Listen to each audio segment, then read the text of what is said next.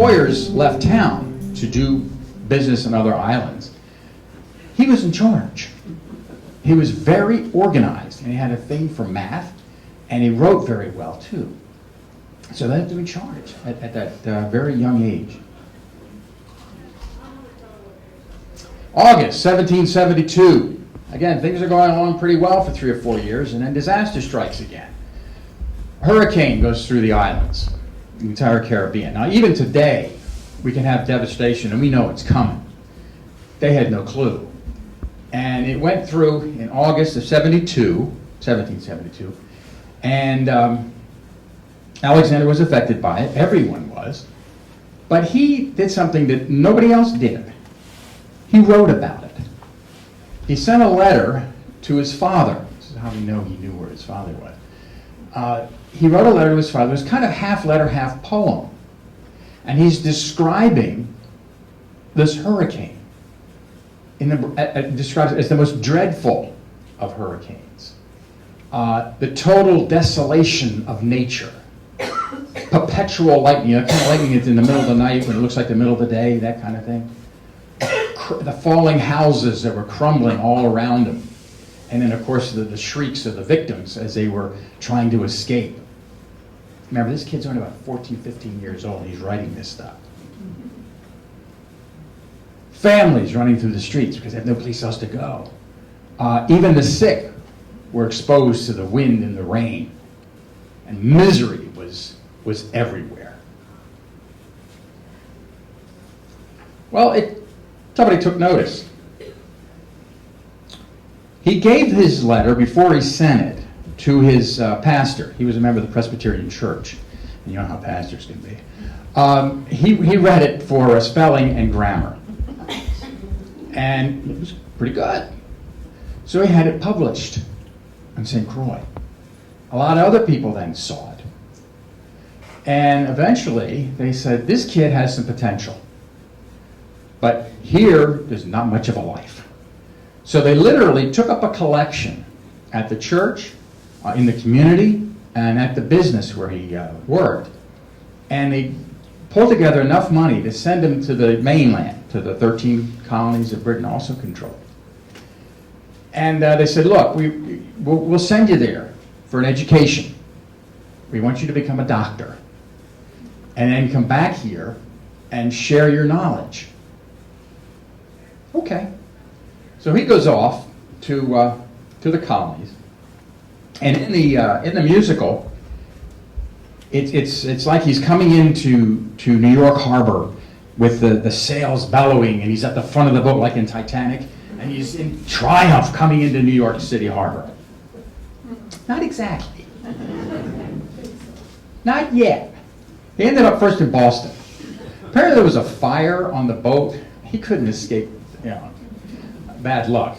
There was a fire on the ship, and for some reason they couldn't dock in New York, so they went up to Boston and they put it out, and he ends up coming back to New York after that. But he doesn't stay in New York very long. It's maybe 3 or 4 months. And then he ends up in Elizabeth, New Jersey.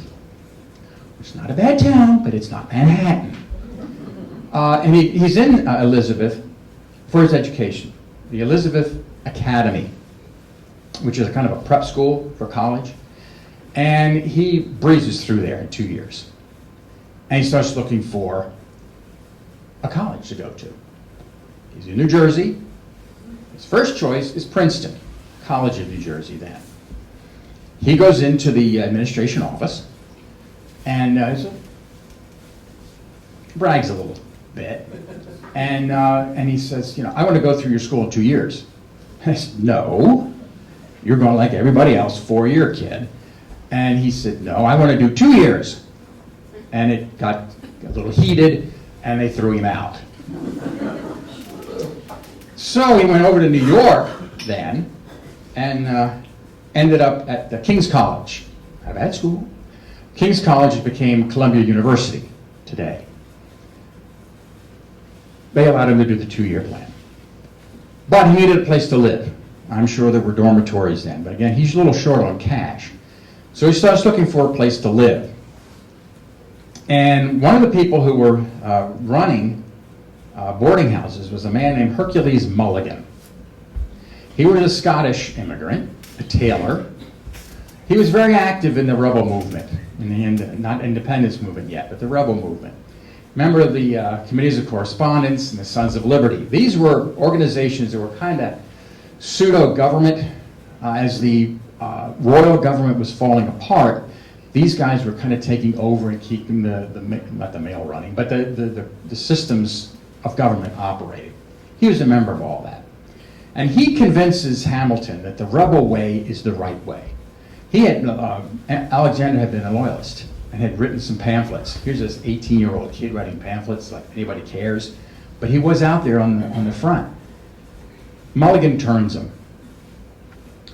During the war, he's a spy for Washington. Hamilton recruits him. Now you're thinking, as I did, tailor, spy. Really? Doesn't quite go together. But what we don't know, he was married to the niece of a British admiral. And what happened in the summer of 1776? The British invaded Manhattan. And they stayed there for the entire war. So did Mulligan. His wife's uncle gave all his tailoring business to Mr. Mulligan. And as the officers would come in, as some soldiers tend to do, they talk too much. And they would say, I need this jacket fixed in a week. Oh, why is that? We're going to go capture Washington over in Connecticut. Or we're going to try to catch General Greene over New Jersey. Really? He's writing this down. He gives it to his slave named Cato. And Cato runs through the lines, carrying packages with these little notes in them. And he's known by the British because Mulligan's related to this admiral. Nobody's going to stop him. And the American forces know him. So they let him through both ways. And he's carrying these messages. Now, a couple of times, Cato is caught. And at one point, he's tortured to find out who his master is, who's giving him this information. He never talks. Mulligan himself was arrested once. But the British admiral goes, you got the wrong guy, let him go. And Cato never talked. Mulligan made it through the entire war as part of this spy network. 1775, Lexington and Concord. 1776, the Declaration of Independence, and then the invasion of New York. We're at war. Hamilton joins the fight, drops out of college, becomes a member of the New York militia, into an artillery unit. He didn't know anything about artillery, but apparently neither did the infantry, neither did the division, because they had none anyway.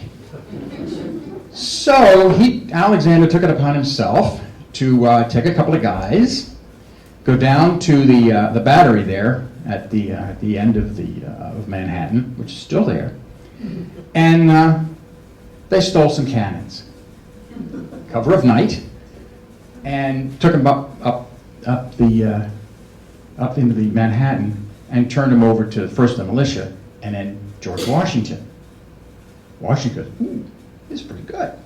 And Hamilton kind of has a reputation anyway because he's been writing this stuff, and so other generals have been trying to get him on his staff. So Washington approaches him and says, would you like to be one of my aide-de-camps? You're going to work for the commander-in-chief, dude. I mean, you know, think again. So, okay, I'll do it. So it becomes one of Washington's aides-de-camp. He had several of them throughout the war. And he eventually starts really running the office of general for Washington. Washington obviously couldn't do it all. He's writing letters. He's doing the correspondence with Congress. He's corresponding with the general staff. And in fact, he's writing some of Washington's orders. Orders that Washington never gave. But they worked, so, you know. Anyway, make a long story short, we win the war. And it comes down to Yorktown in 1781. The war would continue for 2 more years until the Treaty of Paris in 1783. But the big battle was at Yorktown. And this is the first video come out of the, for the afternoon. And we're going to see if it works. It was done, it's from the musical. It was performed at the Tonys last year. And it's called The Battle of Yorktown. And I hope there's a volume control on this because it might be loud. Or it might not be.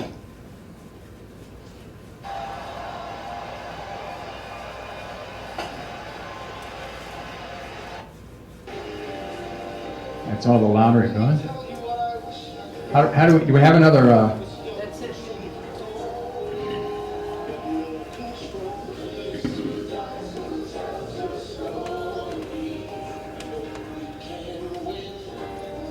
No, it doesn't have full screen.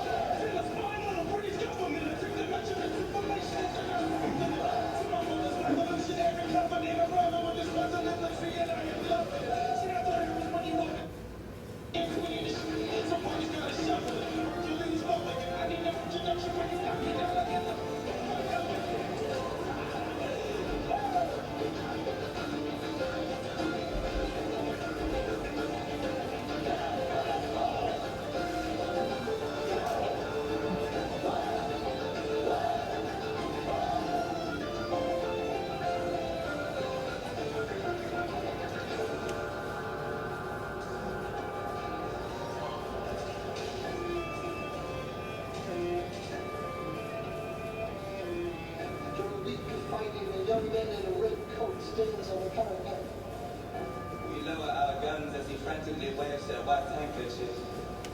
And just like at a Dover, we tend to our wounded, we count our dead. Black and white soldiers wondering like if it's written in stone. Not yet. Negotiate the terms of serenity. I see George Washington smile. He struck the men out of Yorktown. He set a whole single fire. Tens and thousands of people flood the streets. Their screams and church bells ringing. And as all the foes retreat, I hear the drinking song they're singing. The world's without sound. The world's without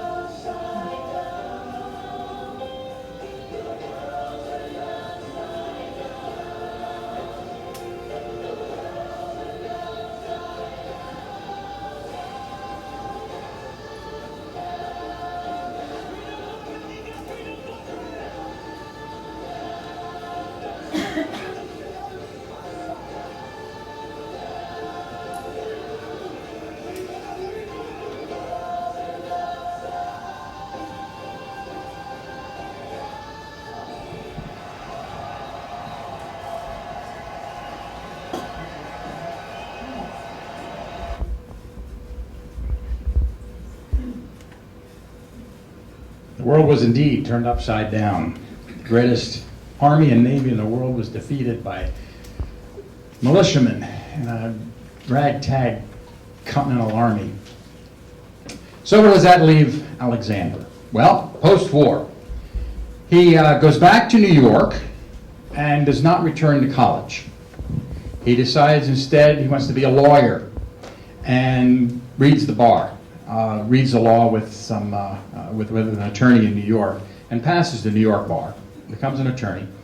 He dabbles a little bit in politics, is elected to the Continental Congress, hates it, then goes into business law, establishes the Bank of New York, and is also elected to the Annapolis Convention. The Annapolis Convention was held in Annapolis, Maryland, and it was kind of the forerunner to the Constitutional Convention. Many of the same players were involved, and from that came the resolution to have a Constitutional Convention in Philadelphia the next year.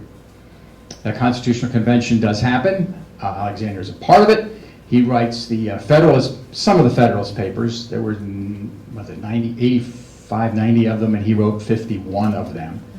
And eventually then he's also elected nominated to be and confirmed to be the first Secretary of the Treasury. Going back a year, 1780, the year before the Battle of Yorktown, Hamilton has gets in trouble with Washington. They have a little disagreement. It's one of these honor things that are kind of dumb. But anyway, he stomps out and goes home. But in the winter of 1780, around January, February, the army is encamped at Morristown, New Jersey. At Morristown, New Jersey, lives the sister of General Philip Schuyler. I know we're taking a bit of a dive here into history. General Schuyler was part of the Washington staff and ran the army in the North for a little while. His sister lives in Morristown. Schuyler's daughter is Eliza Schuyler, Elizabeth. And Hamilton and she hit it off. And within about 6-7 months, they're engaged and they're married in December of 1780. They lived together for 25 years or so, had 8 children, and well, we'll get into what happens a little bit later. Anyway, as Washington nominates Hamilton to be his first Secretary of the Treasury. He was not his first choice. James Morris was his first choice, but Morris turned it down and said, no, you want Hamilton. So he's living first in New York and then in Philadelphia with the government. And one day in Philadelphia, Hamilton's working late, and there's a knock at the door. He goes down and answers it, and here's a woman by the name of Maria Reynolds. She's all disheveled. She's crying. She's basically having a bit of a hysterical fit. She doesn't know what to do. Her husband has beaten her, has left her, has taken their daughter with him. She is destitute. She needs some money to get by. Would you loan me $30? Hamilton, who has a reputation for weakness for ladies, said, okay, I'll do it. You go home, and where do you live? Okay, and I'll bring it over to you when I'm done work here. Finishes up, goes back to his house, goes into his sock drawer, pulls out $30, and goes over to Maria's house. Here's the money. Now, if it had stopped there, history would not be what it is, and we'd have no fun with it. She invites him in. One thing leads to another, as they say, and we have the first political sex scandal in our nation's history, and we are not quite 2 years old. There is nothing new under the sun. And this continues for about 6-9 months or so. Even when Eliza is at home, it continues, but especially when she's away, either visiting her parents in Albany or in Europe. But as things tend to do in government,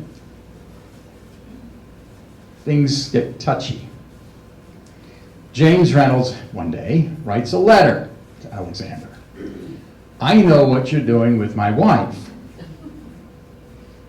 If you want to continue, and if you don't want me to tell your wife, give me $1,000. Again, fork in the road. Hamilton could have gone one way or another. He picks, well, he could have, I won't go there. He pays the $1,000 and keeps paying for, again, several more months. And he does it because Mariah essentially backs up her husband, saying, yeah, if you don't, he will tell your wife. Well, as it turns out, they were in on it together. It was a plan to blackmail Hamilton. Anyway, word gets out after paying all this money, and but they continue, and they send letters back and forth to each other, similar to this one. Now, this isn't the kind of thing you go down and put in the the mailbox on the corner. These are couriers that go back and forth. And this is the kind of thing, the mushy stuff that they were writing. Word gets out. There's a meeting. Now, James, a little bit more background. James Reynolds is arrested. Not for this, but because he's accused of swindling Revolutionary War soldiers. When Hamilton became Secretary of the Treasury, he developed a plan, which we'll talk about in a few minutes. But included in that financial plan was a system of paying back the soldiers. They hadn't been paid during the Revolution. They had been given IOUs by the government. And they said, when we get the money, we'll pay you. So Hamilton said, all right, we are going to pay them now. And we're going to pay them at par, exactly what we owe them. And he told a few people about it. Well, some of those people started going to the soldiers, not telling him that the government's going to pay him off, and saying, I'll give you 50 cents on the dollar for your IOU, 25 cents on the dollar. It was illegal, but the soldiers were destitute. I mean, some of them had nothing. So 50 cents on the dollar was a lot of money, and a lot of them took it. And some of the people who were involved in this were arrested, and Reynolds was one of them. So he's looking for a way out. And he's sitting there in jail, and he goes, I have these payments from Hamilton. I'll tell Congress that Hamilton's in on it. And he was swindling these guys too, and here's the proof. So there's a meeting. Involved in that meeting was Senator James Monroe from Virginia, future President James Monroe. Congressman Frederick Muhlenberg, Speaker of the House from Pennsylvania, and Abraham Venable, who was also, I think, from Pennsylvania. Anyway, they meet with Hamilton. They say, we got you. We have the checks. You were paying Reynolds to swindle these soldiers. No, I didn't do that. I had nothing to do with that. He comes clean with them. He says, if you could keep a secret, we're talking about government, folks. Nothing's changed. If you can keep a secret, I'll tell you exactly what happened, and he does. He says, I've been having this affair with Reynolds' wife, and I've been paying him off so that he'll allow me to keep doing it. But you can't tell anybody. Guess what? The four characters, the three characters who were from the Congress said, okay, we won't tell. But Monroe's secretary was also there. He was taking notes. He was copying down the letters and the invoices that Reynolds had given him for the checks. Hamilton kept meticulous notes. He was very anal. And it got him in trouble. But anyway, Monroe's secretary leaks it. He wasn't sworn to secrecy. He leaks it to a guy by the name of James Callender. Ring any bells with anybody who that guy was? At the time, he was working for Jefferson. When Jefferson's elected, and he asks for a job, the postmaster of Richmond, I think, and Jefferson says, no, you don't have any experience. He turns on Jefferson, he breaks the Hemings story. Sally Hemings? Same guy. So, that story gets out in a 5-pamphlet series from Callender. And Hamilton is reading them. And he's charging him with speculation. Not with the sex scandal. He's charging him with speculation. And to Hamilton, that's worse. A sex scandal, okay. But to destroy my honor of treason and committing against the government? Never. So he writes a book. It was a small book on the charge of speculation, denying all the charges, and saying exactly what he told Monroe and the other guys about what he was really doing. And he thinks this is clearing his name. Eliza didn't think so. She's a little upset. She burns their letters. She does a lot of things, but she's upset, as is everybody that's close to him. Can't believe it. He actually did this. That was in 1791-92. 9 years later, their oldest son, Philip Hamilton, is hanging out in New York City. He just graduated from King's College, just like his father. He's a very intelligent child. And he gets word of a guy by the name of George Eaker, who gives a speech at a 4th of July celebration in New York that disparages Alexander Hamilton, Philip's father. Well, Philip is a little headstrong, so he goes after Eaker. Eaker's in New York watching a play in his booth with some other folks. He storms into the booth and starts reaming Eaker out. And everybody can hear this. And it's starting to disturb the actors even. It's so loud. So Eaker says, look, get out of my booth. We'll duel this out. Okay, see you in the dueling ground. Well, they go through all the preparations of the seconds and the negotiations, and it doesn't work out. So they go to a place called Weehawken, New Jersey, right across the river. Back to back. Do their 10 paces. They turn, and they don't do anything for about 30 seconds. Now, Philip has asked his father, what do I do? Do I go through with this? Do I shoot him? Hamilton says, look, if he's a true gentleman, and you are, don't shoot him. Fire in the air. Here's my guns. So he does. After about 30 seconds or so, he clearly shoots into the air. Eaker is not a gentleman. He drills him in the hip. Hamilton falls. They take him back to New York. His parents are called in. 16 hours, he dies. A very painful, excruciating death.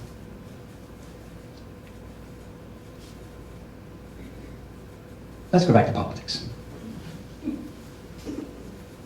1790. Country is just started under the Constitution. Who are we? We have to decide what road we're going to take. No map. Just that eastern part of what became the United States. New capital, first in New York, then in Philadelphia. New president, George Washington, the General George Washington. New Congress in Federal Hall in New York City. The Supreme Court, we have a Supreme Court Chief Justice. We don't have the court yet, but that's coming. New cabinet, members of that cabinet, Jefferson, Hamilton, Knox, and Randolph from Virginia. Pretty good legal and corporate minds. But what are we going to do? Are we going to be an agrarian society? Or are we going to be a manufacturing society? And what about all those debts that we racked up during the Revolutionary War? Are we going to pay them? A lot of states had already. Jefferson says, leave them to the states. We'll pay them off. We don't need any debt. Let's get rid of it. don't expect your kids to pay for it. Hamilton says, no, no, no, no, you don't get it. This is big time economics now. You need debt to have credit. And we are such a small country, we have to have credit in order to borrow so we can build until the taxes come in and the tariffs come in and all those other things. We need the debt, just like today. And it's, again, this is Hamilton's system, and this is the same system that we operate on today. And besides, your kids will thank you for it. And the winner is Secretary of the Treasury, Alexander Hamilton. How'd he do it? The players. He had to convince some key people. Obviously, he had to convince Washington because he's the one that's going to put the legislation to Congress. He has to convince Jefferson because Jefferson has opposite ideas and he has Washington's ears as well. So they have several cabinet meetings to iron this out. And I hope this one works better than the first one. This is from the play. It's unique in that it's not sung, it's spoken. So it's a little bit easier to understand, but I'm not sure if it'll be any louder. And it was performed at the White House. The issue on the table, Secretary Hamilton's plan to assume state debt and establish a national bank. Secretary Jefferson, you have the floor, sir. Life, liberty, and pursuit happiness, properties like yours, we shouldn't settle for less. These are wise words, enterprising men quote them. Surprised you guys forgot them. But Hamilton forgets, plan whatever government assumes states debt. Now, place your bets as to who that benefits, the very seat of government where Hamilton sits. Not sure. Ooh, the issue is where if New York's in debt, why should Virginia bear it? That's a pain. Don't tax the South because we got it made in machine. In Virginia, we plant seeds in the ground. We create. You just want to move our money around. This financial plan is an outrageous demand, and it's too many damn pages for any man to understand.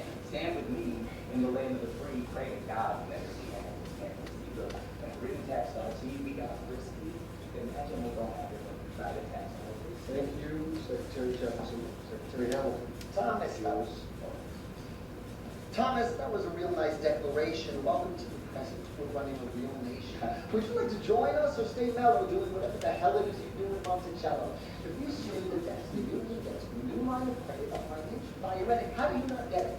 If we're aggressive and competitive, the union gets a boost. You rather give it a senator. A civics lesson from a slaver. Hey, neighbor, your debts are paid because you don't pay for labor. We plant seeds in the South. We create and keep planting. We know who's really doing the thing. And another thing, Mr. Agent of Life, you lecture me about the war. You didn't fight it. You almost died in the trench while you were off getting high with the French. Thomas Jefferson always had to see with the president. Medicine, there isn't a plan here to jettison. Madison, taking medicine. Damn, you're in worse shape than the national deficit. Sitting there useless as two shits. Hey, turn around, bend over. Excuse me, Madison Jefferson, take a walk. Hamilton, walk. We can lean after the brief recess. Hamilton, a word. You don't have the votes. You don't have the votes. You're going to need congressional approval, and you don't have the votes. Sometimes you run this, sometimes it makes me wonder why I even bring it. Why do you even bring the vote?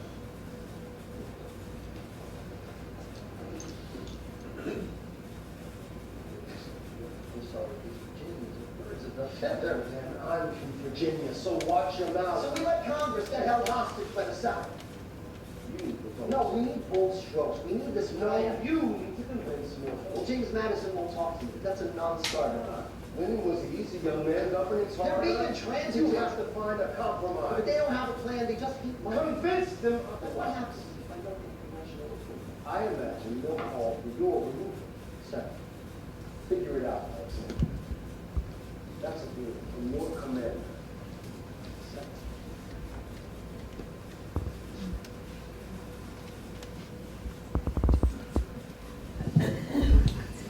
So the idea was find a way to make it happen.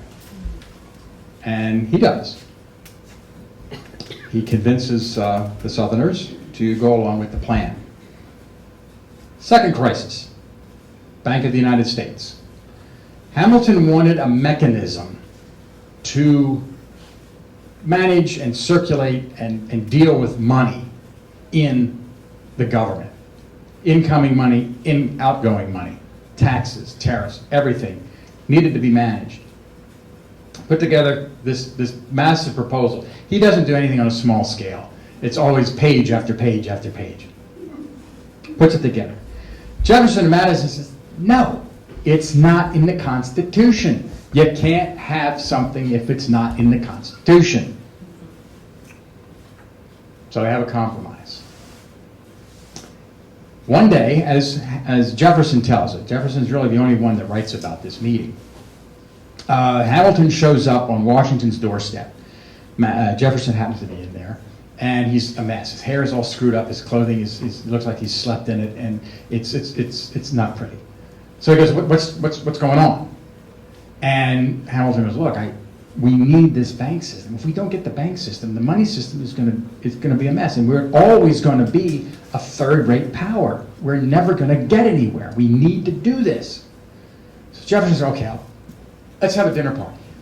Jefferson solves all his problems with dinner parties. He puts it together. The Virginia delegation shows up. The New York delegation shows up, and they discuss it. Hamilton finally says, "Look, how about you give me the banks, I'll give you the capital along the Potomac." This had been something that had been circulating for a while. This wasn't something new. They've been looking at all kinds of different locations, including Annapolis. He said, "How about if we put it down there?" Madison looks at his guys. They look at Hamilton. "Okay, you got a deal." So Hamilton really wins this, because it doesn't matter where the capital is. He has this banking system that he can work any way he wants to through the Washington administration. That's what happens. Passes the Congress. But there's trouble across the sea. Surprise, surprise, France and Britain are going at it again. 1793. What does the U.S. do? We're in the middle of this. We had a treaty that brought France into the Revolutionary War. Said, you help us when we need it, we'll help you when you need it. They need it. Hamilton's saying, no, we're not getting involved in another war. You know, we're 10 years out, but our government's only a couple of years old, and we can't do it. Jefferson, of course, is opposed for all the reasons, because of this, really more or less because of this treaty. The president disagreed. General Washington says, no, it's too early for us. I know, I love the French, but we just can't afford it right now. And he writes it down. We're not ready. We're duty bound to insist to take a neutral position, and that's exactly what he does.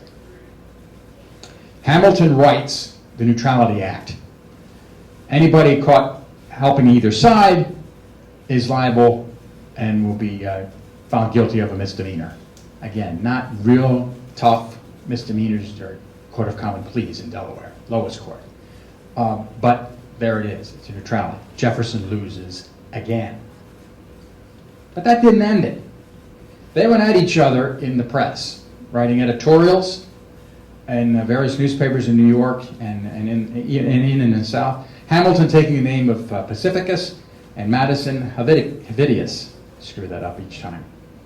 Hamilton kind of takes the high road. Again, reiterating, we're not ready. We have to maintain the peace until war is really necessary and it's finally declared. Madison kind of takes the low road in all this. There's a lot of name calling. Anybody that thinks this way is a degenerate citizen. That's kind of not Madison. I mean, Madison is a very deep thinker, and it's just odd that he would say this. And by the way, you also hate our Republican form of government if you think that way. Well, this was one too many for Jefferson. He's been in the administration for 3 years. It's the fall of 1793, and he tells Washington, you're not listening to me, you're not taking any of my counsel, I'm out of here.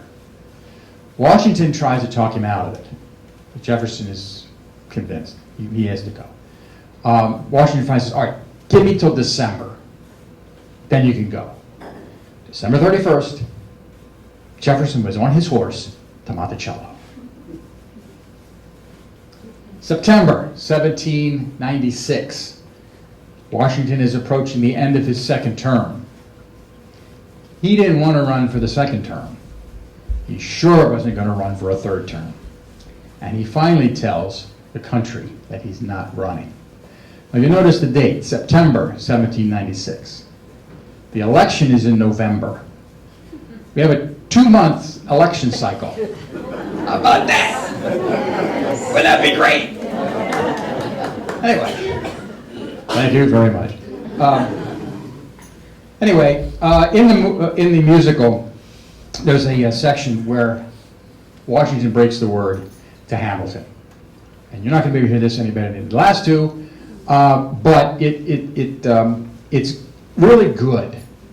And I'm going to play it anyway, because the last third of it or so is taken from Washington's farewell address that Hamilton helped to write. So he incorporated that into the musical.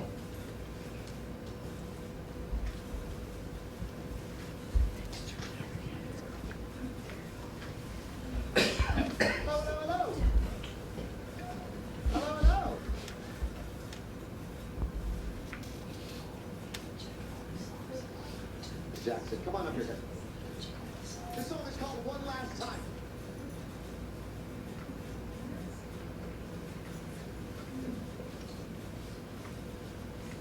Oh, that's the problem. Mr. President, you asked to see me. I know you're busy. What do you need, sir? Sir, I want to give you a word of warning. Sir, I don't know what you heard, but whatever it is, Jefferson started it. Thomas Jefferson resigned this morning. You're kidding. I need a favor. Whatever you say, sir. Jefferson will pay for this behavior. Talk less. I'll use the press. I'll write under a pseudonym. You'll see what I can do to him. I need you to draft an address. Yes, he resigned. You can finally speak your mind. No, he's stepping down so he can run for president. Good luck defeating you, sir. I'm stepping down. I'm not running for president. I'm sorry, what? One last time. Relax, have a drink with me. One last time. Let's take a break tonight, and then we'll teach him how to say goodbye. To say goodbye. You and I want to talk about neutrality. Sir, with Britain and France on the verge of war, is this the best time? I want to warn against partisan fighting. Pick up a pen, start writing. I want to talk about what I have learned, the hard-won wisdom I have earned. As far as the people are concerned, you have to serve. You could continue to serve. No, one last time. The people will hear from me one last time. And if we get this right, we're gonna teach them how to say goodbye. You and I.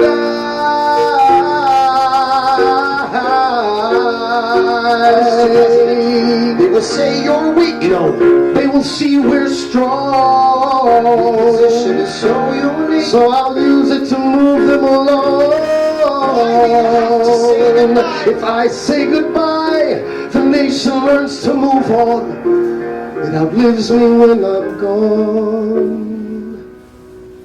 Like the scripture says, everyone shall sit under their own vine and fig tree, and no one shall make them afraid. They'll be safe in the nation we've made. I want to sit under my own vine and fig tree, a moment alone in the shade. At home, in this nation we've made. One last time, one last time.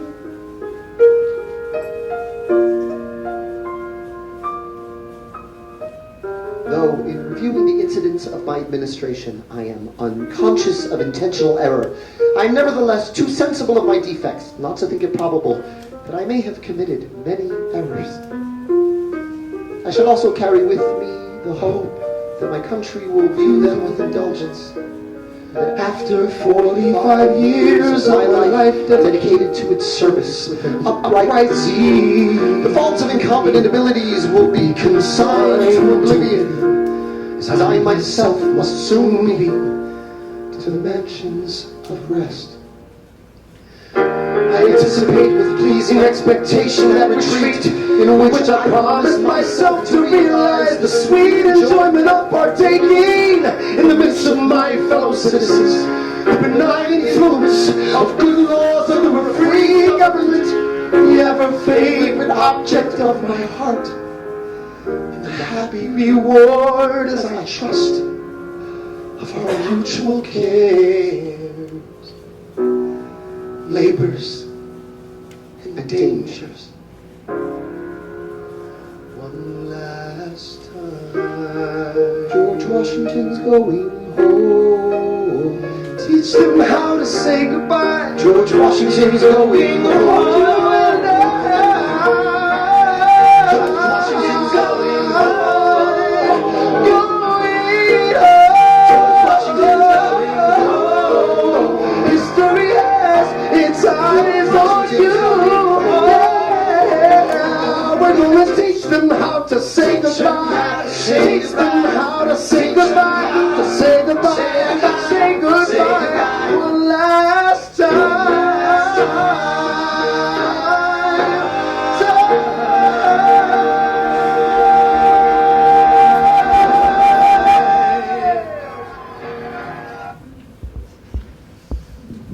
One last time.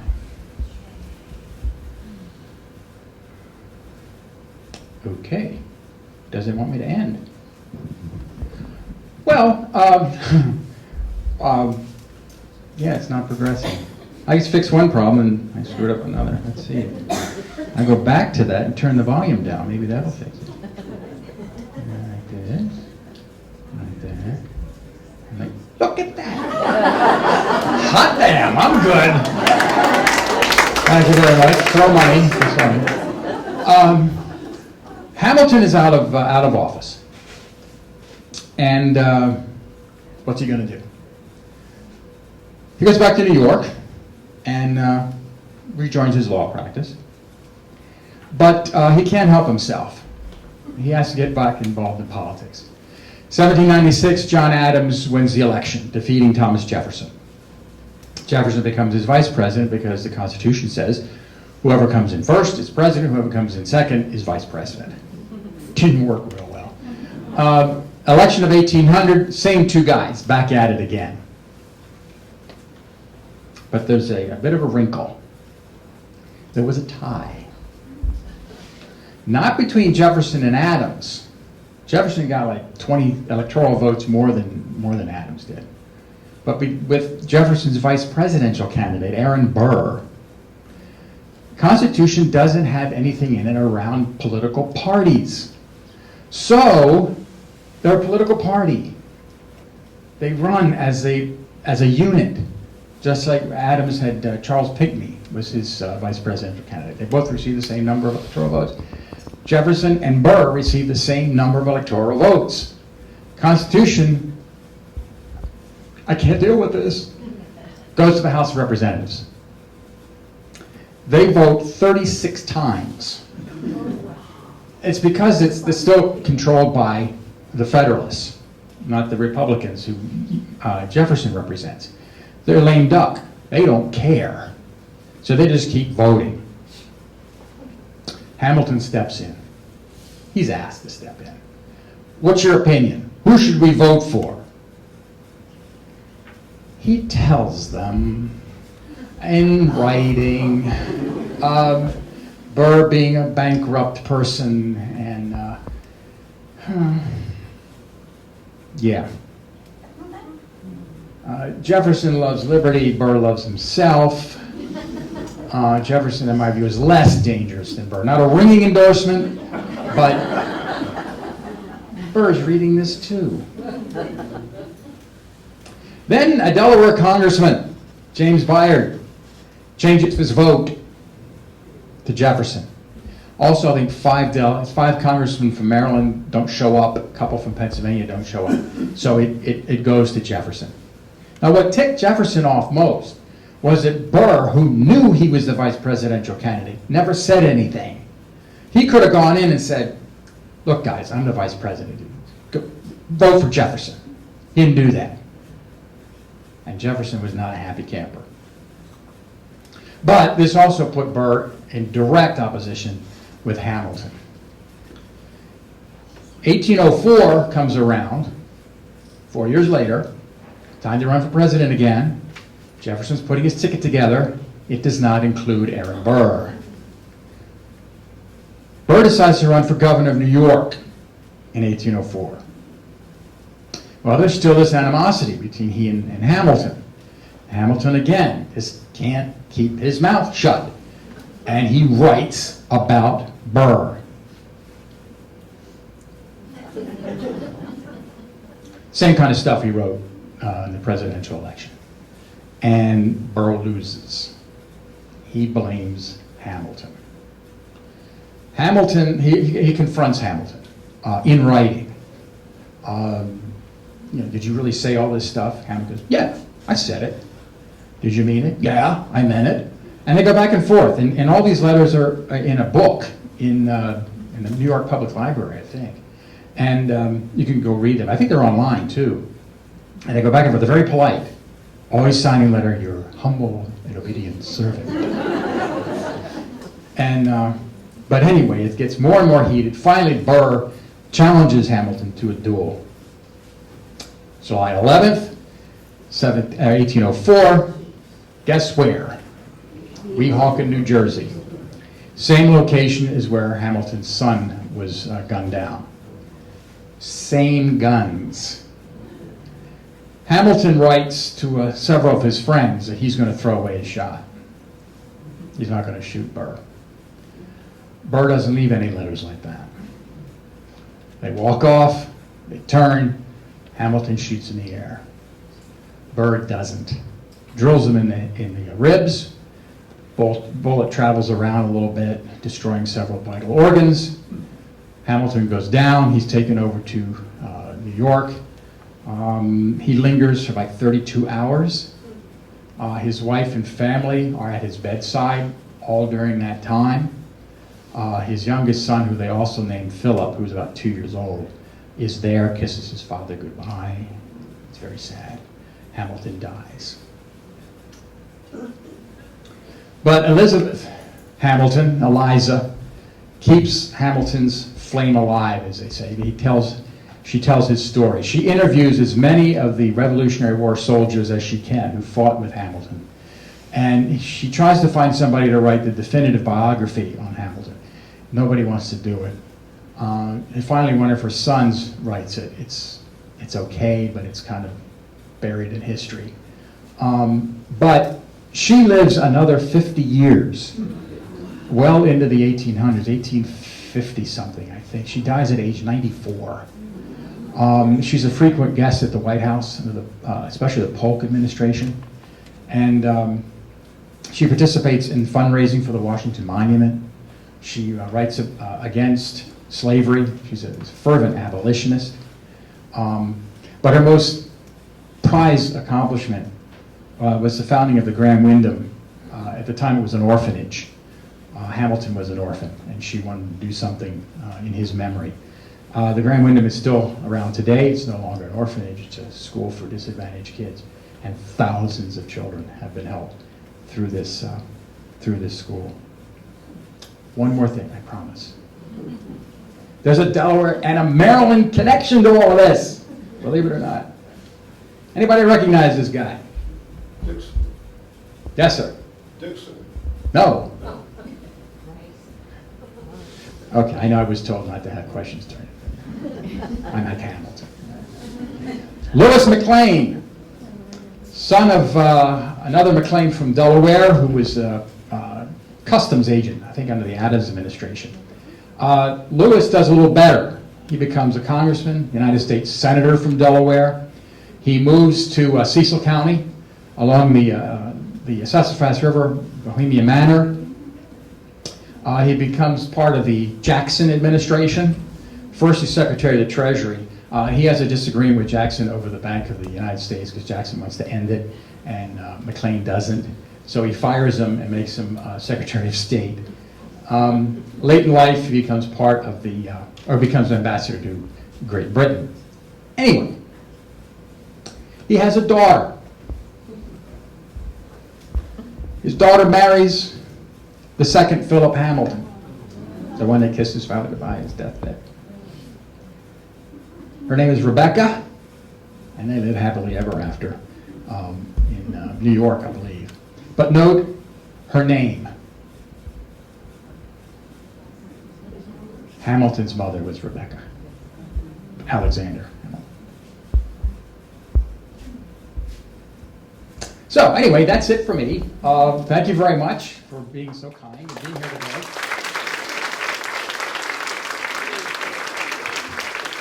I won't give it up. Thank you so much for such a wonderful presentation, so informative. Thank you all for coming, and don't forget, come to the library and see us often here.